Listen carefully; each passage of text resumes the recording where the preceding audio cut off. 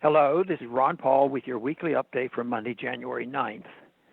Last week, as the mainstream media continued to obsess over the CIA's evidence-free claim that the Russians hacked the presidential election, President Obama quietly sent 300 U.S. Marines back into Afghanistan's Helmand province.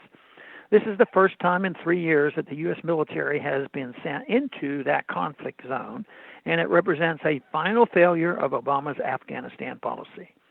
The outgoing president promised that by the end of his second term, the U.S. military would only be present in small numbers and only on embassy duty. But more than 8,000 U.S. troops will remain in Afghanistan as he leaves office. When President Obama was first elected, he swore that he would end the U.S. presence in Iraq, the bad war, and increase U.S. presence in Afghanistan, the good war. He ended up increasing troops to both wars. While the situation in each country continued to deteriorate, why are the Marines needed in the Helmand province?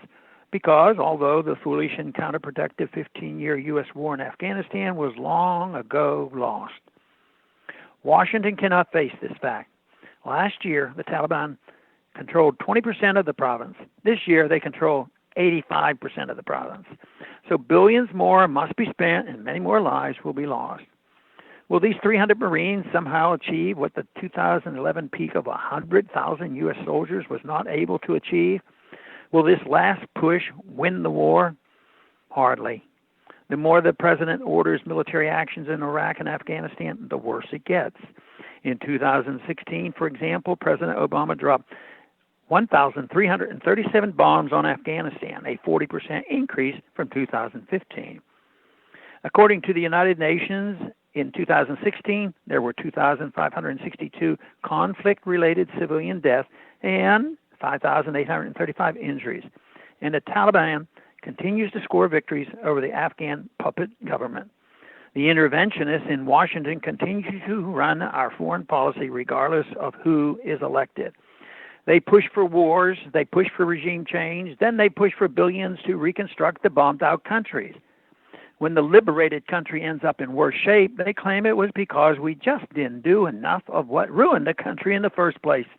It's completely illogical, but the presidents who keep seeking the neocons' advice don't seem to notice. Obama, the peace candidate and president, has proven himself no different than his predecessors.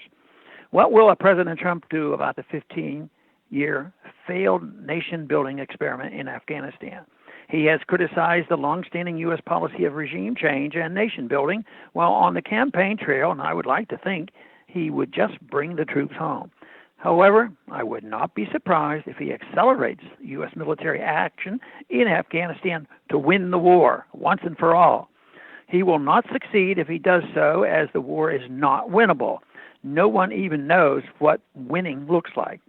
We may well see even more U.S. troops killing and being killed in Afghanistan a year from now, if that is the case. That would be a terrible tragedy. Thanks for calling this update.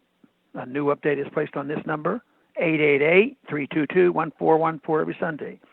The written text can be found on my Ron Paul Institute website at www.ronpaulinstitute.org and on my Facebook page. Thanks for calling.